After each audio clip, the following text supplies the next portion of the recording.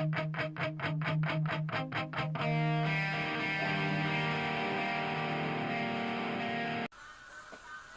everyone, how you doing? Yeah, more games in, and the shock horror this month, or this time round, there's not an Amiga game in sight. There are some on the way, so next time round it'll be put right, if you like. But quite a few games anyway. PS1, PS2, PSP, and a couple of golden oldies at the end. I'll show off. I'm pretty pleased to get oldies actually, come to think of it. So first up for the PlayStation is a golden oldie remade again. It was at the time, and that's Galaga Destination Earth. Shake the back. This is actually quite a decent remake. Complete with manual. What it has actually a really good intro to start with. It's all black and white, but it's really quite a nice intro. Horizontal scrolling as well as the vertical scroll, like it had in the original, and also 3D sections. It's all put together quite well. Quite like it. Yeah. That one's only a couple of quid, but the second PS1 game I got wasn't a couple of quid. That's Gekio Shooting King. First thing about this is actually had this already on the PS2 under the Steel Dragon game. Steel Dragon EX has Steel Dragon and Steel Dragon Evolution. So which one's which? Don't know. Probably got another name as well somewhere else. This, what's different about this compared to the PS2 version at least, it's got a load more different game modes in it. It's a black and white manual, but I'll tell you quickly about the game modes. There's a Geki mode, easy mode, hard mode, a comical mode, which is when you shoot stuff they laugh at you, a stingy mode, but you don't get no power ups, and if you reach 1,000 points you're doing quite well apparently. No mercy mode, slow mode, and ancient mode. So there's loads of stuff, loads of different versions, all in that. And it's not a bad shooter anyway. I mean, I wouldn't say it's a bit similar to Raiden or something like that in places, but yeah, it's good fun. Yeah, it'd do well to get it under 20 quid, and I didn't. So. Okay, 4 PS2 games. The first of them I've been after for a while, and nothing to do with shooting this one either. Quite surprising. I did actually get this dirt cheap because there's no manual.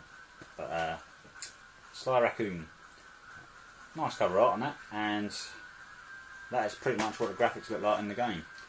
Some screens on the back you probably won't be able to work out. You run around in a 3D environment and you collect stuff, you dodge stuff. You play the raccoon, and he's got some great characters to tag along with him as well. It's just really, it's a good fun game, good fun. I wouldn't call it quite a platforming action, but along them lines. I think it's come out with its 2 sequels in a box set, so all 3 games. I believe. So I might getting that actually at some stage, and I might get rid of this. Yeah, really good fun. A bit of a change from my normal type of game. Okay, back to the normal then. 3 more shoot 'em ups which more or less complete the PAL collection of shoot 'em ups for the PS2. All I've got to do then is work out how to get hold of the NTSC versions. What to do. Might get a Jap PS2 at some stage. So then I can play the PS1 ones as well. Who knows. Anyhow, Soul Divide. Fairly hard to get hold of sometimes. This nice artwork, even better on the back, the screens. It looks a really good game. It does look a good game. Complete with a nice colourful manual as well. Soul Divide is a horizontal scrolling shooter, if you don't know. Now, how this differs to others, very different to like the likes of Gradius or R-Type Final. This is, you can shoot stuff of course, you also collect potions along them lines, which is like a smart bomb in some sort of way. And if you're close to the enemy, you can actually hack and slash at them, and they do you as well. So it's got some nice bosses in it. It's a nice like 2-headed dragon in that picture there. I don't know, I just don't get on with it that well at the moment, but maybe it'll change. Maybe I need to play it a bit more. Second one I do like, I do get on with, that's Homura. play like the Fallen Angel. This is more along the lines of your typical vertical scrolling PS2 shooter, like the Samurai Isis or Dragon Blaze, that sort of thing. Again, a nice colourful manual. This has a few other little things in it as well. I mean, it's great big end level bosses, of course. Got some different weaponry compared to the others. And never before seen spectacular enemy attacks. And yeah, it's so I got these two together, and it cost me the best part of £20. And they are quite rare, quite hard to get hold of. And the bite and hour prices on some occasion are mental. But so I got them two together, so that's not a bad deal. But them two together are still cheaper than our third PS2 shooter. So this more or less completes the Power collection, I think, of shooters. So this come through today, and it's Raiden 3. Probably the daddy of vertical shooters in most cases, definitely on the PS2. Again, complete and colourful manual. Yeah, a few guys have been talking to me, and you've got to get Raiden 3. So I've got the first two Raiden games on PS1, Raiden Project. Both games on there. And yeah, you can tell it's Raiden quite straight away. At the end of the first level, there's two bosses to take on, like there is in the Raiden games, the other ones. And this was almost £30. I think about £3 shy of £30. It's yeah, it's just hard to get hold of. Goes for mad money. So 4 more games that is for the PS2. Yeah, okay, a couple of games for the PSP, and these are both import shooters. Yeah, they're not available in the UK unless someone's selling their copy. First of them is I got this from Japan. That's Star Soldier. Quite fairly unique on the PSP, because I'll show you the back of the cover there. You should just be able to work out the PSP down there. And you hold it upwards to play the game instead. You get a few games like that, of course. This is that Star Soldier on the GameCube, which didn't get UK release. Same thing, but on a handheld. Nice colourful manual. Shows you, yeah, nice and colourful. Of course, it's in Japanese, so good thing I've got a good idea what Star Soldier's all about, really. Quite like it, but the second one I like even better. And that one, this one actually comes from Germany, so it's almost like an international edition. Yeah, this was had a bite now or best offer deal on eBay, this one. So I put in a best offer of about £4 or £5 underneath, and they accepted it.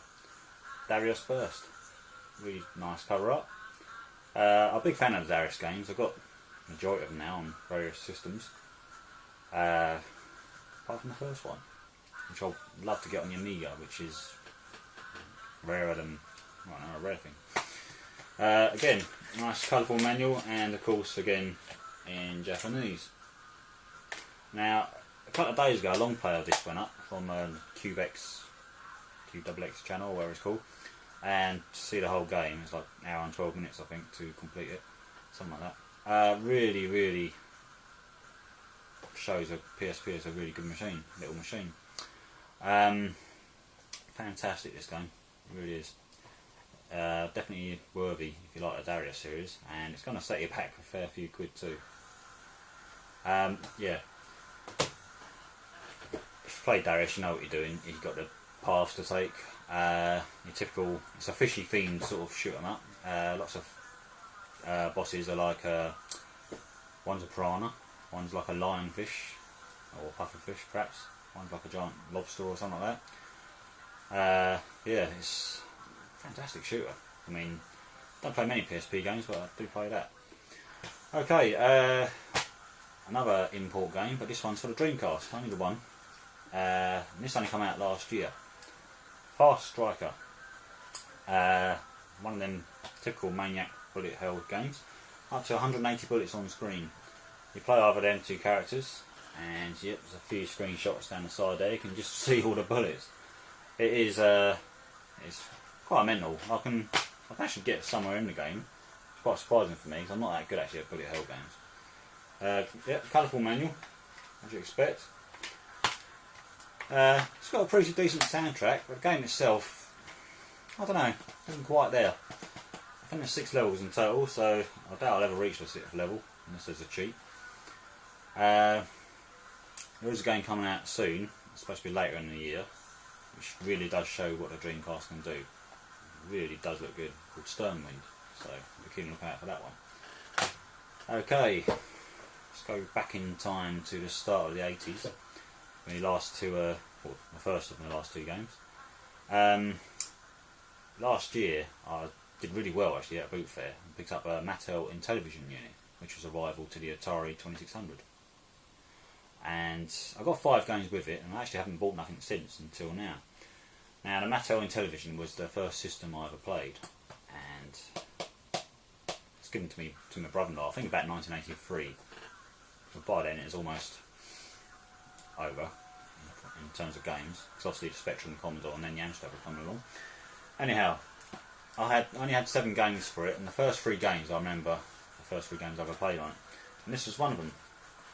Night Stalker. This is still sealed. Just see if you see that artwork that well or not. Really, actually nice artwork. I'll show you the back. It's like a maze game. All you get in a maze is a couple of bats, a spider, and a robot. And it repeats and repeats. Once you destroy the robot, the next one comes along, which is a bit tougher. The robot shoots at you. The bats might fly at you. You can shoot at them, of course, and the spider. And it keeps them going and going. Same thing. There's no end in sight to this. Now, I have the Intellivision lids on the compilation on the PS2, so I'm not actually going to open this. I'm going to keep this sealed. The game actually is, say, early run and gun if you like. The game, it's quite atmospheric. It's surprisingly atmospheric. It's, yeah, 5 types of robot and all, it says on the back here. You only get 6 bullets in your gun. When that runs out, a gun appears in a maze somewhere, you've got to get to it, and of course things are chasing you about, so not so easy to get to. I think later levels as well you might have 2 robots, so it can get quite tough. But it's a good game, and I think it's the 2nd game I ever played. I haven't got the first one yet, but I will get it at some stage. So that's a good prize to get those. And the final ones are pretty good in itself as well, and this one's for the Amstrad. Quite surprised to get this actually. Never seen the original box version on eBay or anything. The Amiga version is excellent, but the Amstrad version is pretty good too. Stunt car racer. It's Atari ST screenshots in the back. But this game I don't think got under 90% on probably any system. It's that good. Wrote by Jeff Crammond, who went on to write Formula 1 Grand Prix on the Amiga and PCs. Absolutely brilliant condition.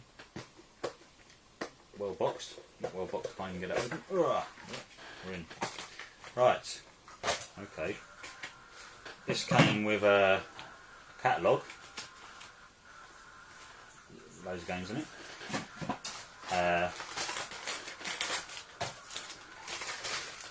One cassette, of course. I do have a Stunt Car Racer on a compilation, but I couldn't resist getting hold of this. A nice manual which has quite a bit of information in it. Cars over the years, etc., etc. Really, really chuffed to get this in such good condition. Now, yeah, this was from eBay as well, of course, and I just happened to jump onto eBay, switch on and have a look at the Amstrad games that are on there, and I saw this, and it was 9 days and 23 hours, so it's just come up. And it's a bite now for £5, which I thought was actually pretty good for this. I reckon if it's an auction and more people have seen it, this would have gone for perhaps up to £20. So really chuffed to get this. Stunt Car Racer, if you don't know by the way, there's 8 tracks, 4 divisions, you start at the bottom, work your way up. You have 2 opponents in each division, and there's 2 tracks in each division, and you race them on both, etc., etc. And the tracks are almost like a, see that screenshot there, they're like almost like a roller coaster. So you can fall, if you fall off, you literally lost the race, which can fall off. the computer card never seems to fall off, the opponent. It's got jumps in it and stuff like that. You can damage your car, and it's just a great game. And this is going to be coming up quite soon in my Amstrad Super C Game Spotlight videos. So keep an eye out for that one.